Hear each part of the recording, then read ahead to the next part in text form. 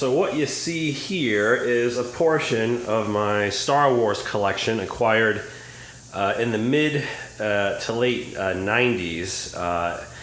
I had gone home back to where I grew up to attend a party for one of my friends.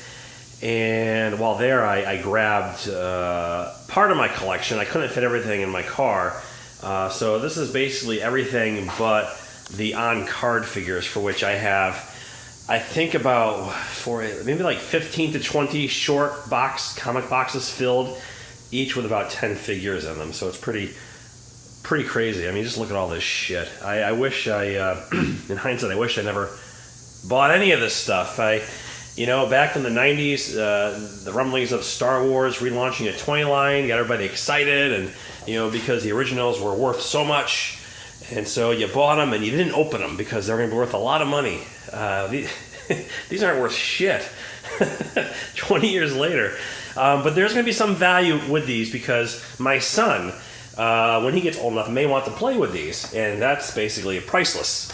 But I'll go through some of what I have here. I have a lot of these large-scale figures. Looks like I have some of these gift packs or whatever.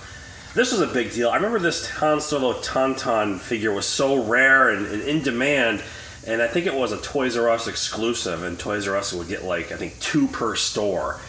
And I walked into one randomly, and somebody had this on reserve but never came to pick it up, so they sold it to me. It was like $50, $49.99, and I was so excited walking out of there with that. This is a little die-cast action figure set from I think Kenner. This predated the actual figures. These were from 1994, so this was actually the first Star Wars toy. I think this and those rubber Bendham figures. But anyway, let's just quickly look through some of this crap. I got this here, X Edition 4-pack. By the way, I'm in my basement mudroom, so that's why the acoustics are probably pretty shitty. This is cool. So a lot of these are still sealed, but I did open a bunch of these types of figures. Not this one. So yeah, that's that Walrus Man. There's Greedo. This Stormtrooper here. Yeah, this is still, I never actually opened this, but a bunch I did open. And I collected Star Wars up till about around Episode 1. And I didn't really get into the Episode 1. I got a few of the figures, but mostly just stopped right around, oh, this was Darth Vader. Oh, so this is opened somewhere. And then, yeah, here's a Luke Skywalker. Yeah, this is open. That's Greedo. Because I had these on display in my apartment at the time. Yeah, this is open. This guy here. And the Emperor. And I believe these action figures, Chewbacca. This was a rare, hard to find one back then because I think because the way this was manufactured. Oh no, not this one. This is. I'm sorry. This one came later. But the original, the first Chewbacca that came out, and I have that, had actual fur. And I guess it was hard to manufacture that, so they stopped and it went to a plastic version. And so for a time, that was, I guess, a rare one. Here's Boba Fett. You can see I opened this one up. So, if he gets older and he happens to like Star Wars, my son may have some fun playing with these action figures, large action figures. Yeah, a lot of Lukes. And at the time, these were, I don't know if I'm repeating myself, but these were, I think, like $19.99 a piece. That's what the MSRP was. This was a good one. Stormtrooper. $19.99, so $20 a pop. And here is Luke. So this is going to be part 1. I got Lando. Lando is going to be in the next Star Wars movie. That's going to be cool to see him. Like when they bring back the old favorites. Here's Obi-Wan. Obi-Wan Kenobi. Now that's a name I've not heard in a long time. a long time. There you go. Sir Alec Guinness. Here's Princess Leia. And Vader. This was pretty weak sauce, this one. This was not a good Vader. The one that I opened up was much better. This one. I don't know, could have been done better, but these are $20, so you get what you pay for. Here's this Sand People or Tusken Raider. Oh, and here's the Chewbacca I was talking about. This was the one that they made a bunch early on, then they discontinued it because it's, it's like fur. And so that had some value going for a while. What else do I got? I got a bunch of, I don't know why I got into Hallmark ornaments, but I did. I was buying everything Star Wars. Here's a 3-pack.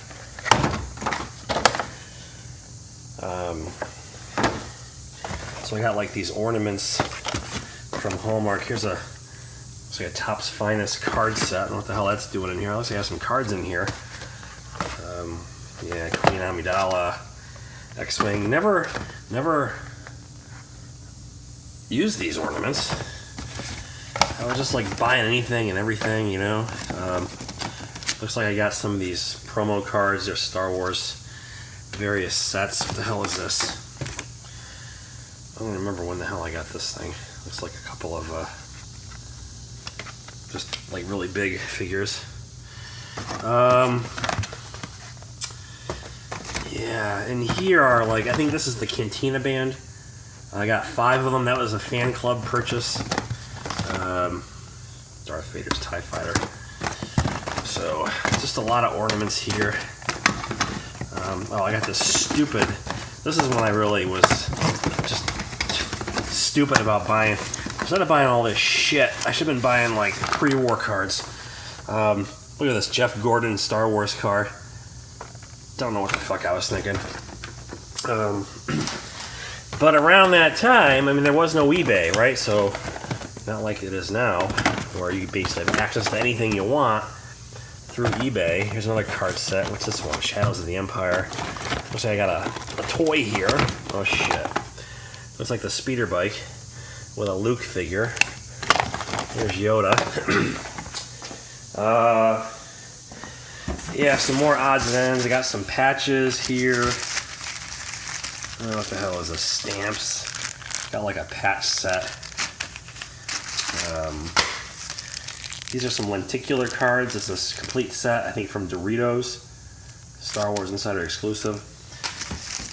Here is, the fuck is this? The Magic of Myth. National Air and Space. This is something, I don't know what the hell that is. This is a press kit. I used to like these press kits. It was like a, I think what they handed out to people when they went and saw the movie, and it came with like, some photos, and they had like a synopsis of the film. And I was kind of getting into press kits a little bit. I don't know what the fuck this is. This is a bunch of, are these Bantha tracks? Oh yeah, I've got Bantha tracks, like a whole bunch of them in a binder somewhere. I think upstairs. This is what? Looks like posters. I don't know. Here's a Star Wars Trilogy Special Edition. This looks like a press kit, yeah. So in here is, again, like a series of photos. These are cool. See that there? These can be found rather inexpensively on eBay still. I think, I don't know, these might have cost anywhere from like, 20 to $50 back then. This was what, 1997? Yeah, so I haven't gone through this stuff in years. This is, the significance of this? This was my first ever eBay purchase. And first ever. This was Episode 1 Star Wars character patch set. And it was a VX, like a Lucasfilm, staff. These were handed out to the staff. And so these popped up on eBay. I remember I paid like $195 for this set. Yeah, it's not worth that now. But it was cool because it was, only the people that worked on the film were given this, and then they popped up on eBay. People were selling them, and I grabbed one. Here's Princess Leia collection with a couple of action figures. Each one has a Princess Leia figure. You know, the Star Wars figures that they have now are done way better than these were done. And the Star Wars figures I have now actually are worth more than these. This looks like it's a pass to like a show, maybe Celebration. What's this one? Celebration Denver. Might have been the very first Star Wars Celebration. It's a collection of, I guess, name tags. Mini movies. I don't know what the fuck this is. What the hell did I do this? 24 frame animations, footage taken directly from the film. I don't remember getting these at all. The hell is this? So I guess they have like a lenticular sort of thing going on here. And I guess I have the whole set of Star Wars mini movies. Jeez.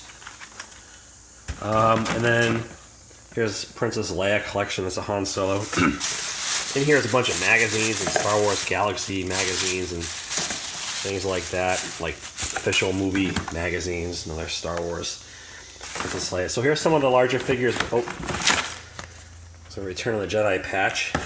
These are the smaller ones. Here's Yoda. You can't see him in there. That's Yoda. And I got R2 and what the fuck was this? Wicket. Oh, there he is. The Ewok's in there. And R5D4. These are pretty cool. These actually held up pretty well as far as quality goes. And then this one is what? Oh, it's Jawa. Man, I don't remember this stuff. Moving on. Oh, here is my original Star Wars stuff. And I'm missing Han Solo and Chewbacca because I think they're in the Millennium Falcon. Oh, shit. But I got them here, the originals. From when oh man, shit smells like cigarettes. That's because my father fucking smokes and it drives me nuts. Oof. Anyway, yeah, so these are the original Star Wars action figures here. And then more of the, looks like these gift sets or multi-packs.